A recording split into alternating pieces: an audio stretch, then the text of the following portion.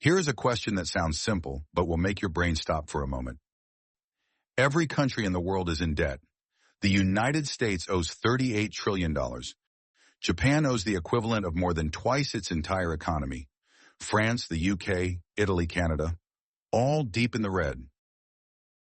Even many developing countries are drowning in obligations they cannot repay. So here's the question. If every country is in debt, who is everyone borrowing from? Who is on the other side of $111 trillion in government debt? Who are the creditors? Who gave all this money out? And what do they want in return?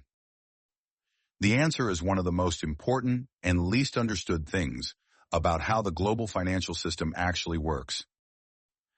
And today, Coin Explained breaks it all down, simply, clearly, and honestly. The four main creditors of government debt.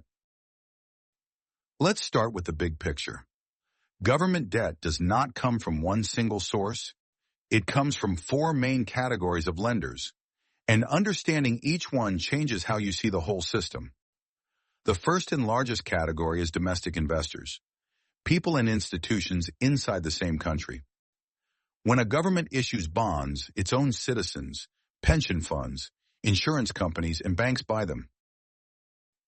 In the United States, roughly 70% of the national debt is held domestically. That means American institutions and citizens are the biggest lenders to the American government. Japan is even more extreme.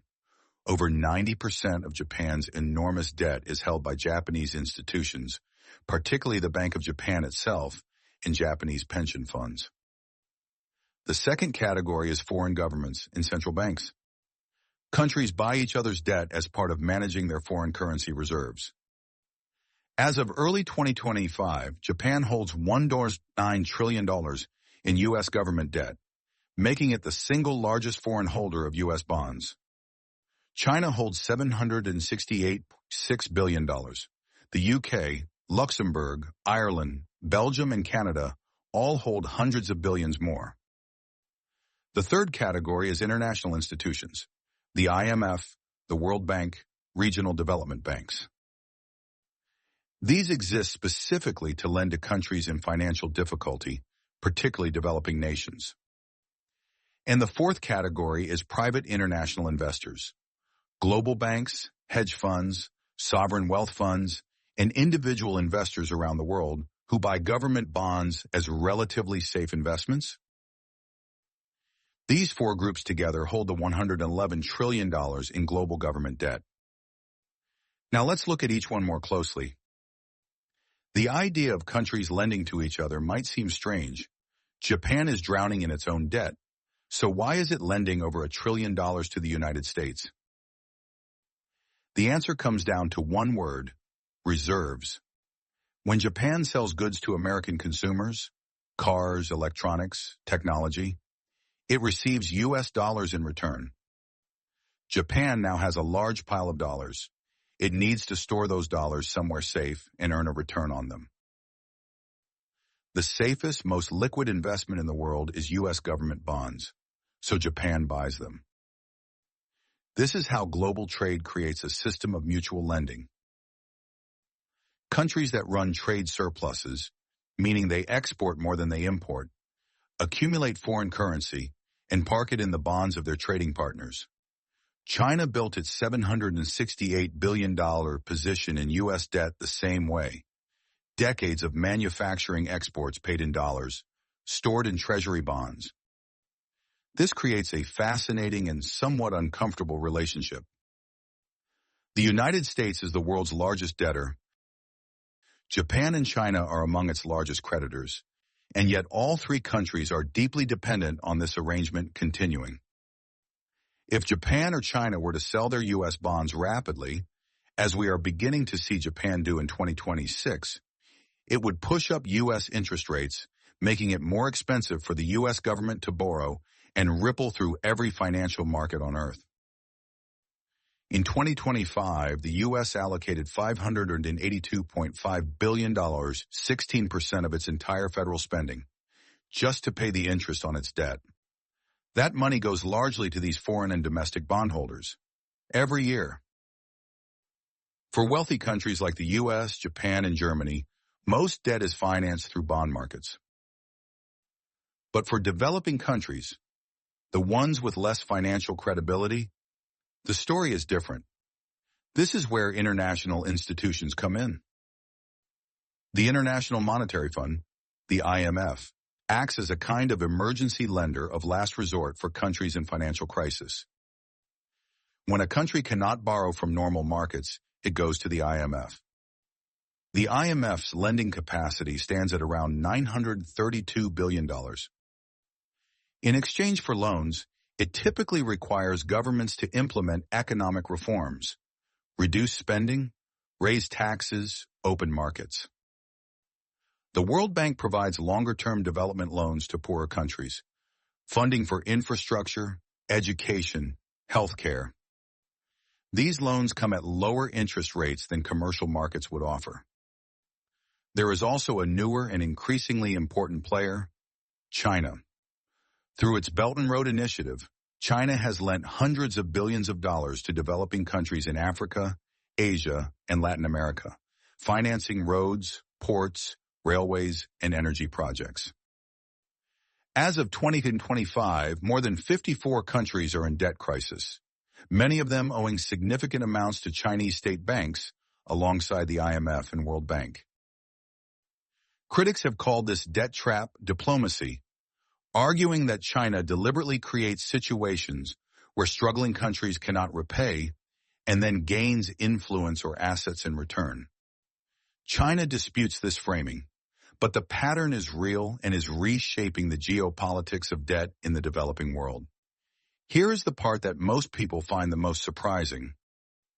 A significant portion of government debt is owed to ordinary people, including almost certainly you. When you save money in a pension fund, that fund buys government bonds as a safe, reliable investment. When you hold savings in a bank, that bank buys government bonds with part of your deposits. When you buy a savings bond or a treasury bill, you are directly lending money to your government. In the United States, the Social Security Trust Fund holds over $2.7 trillion in U.S. government bonds.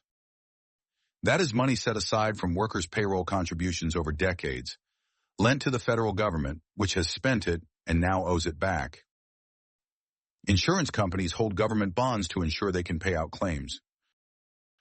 Universities hold them as part of their endowments. Ordinary retirement accounts hold them for stability.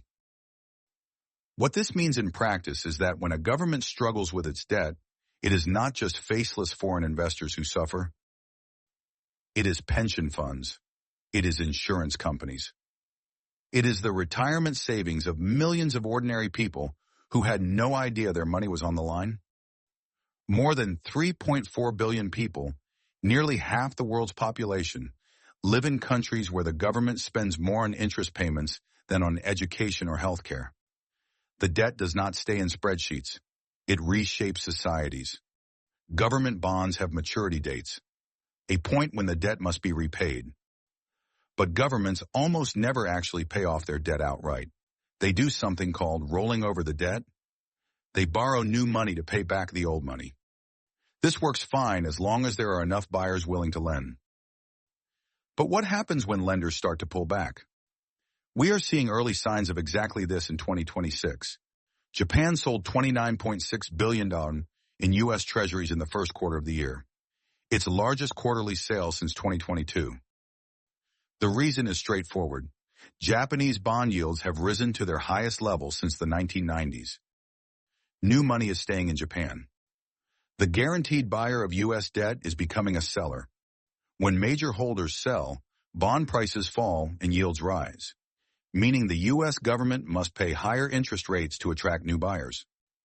Those higher rates flow through the entire economy. Mortgages get more expensive. Business loans get more expensive.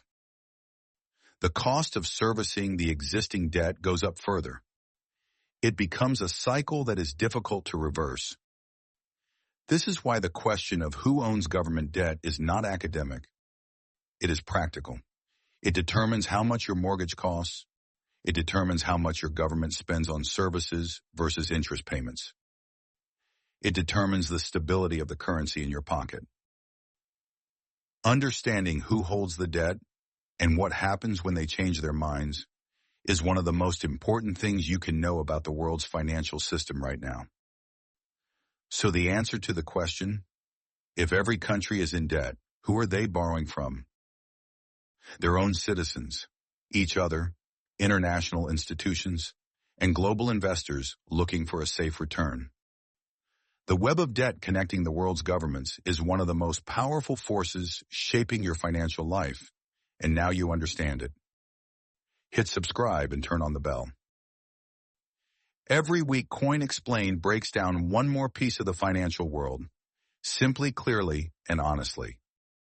We'll see you next week.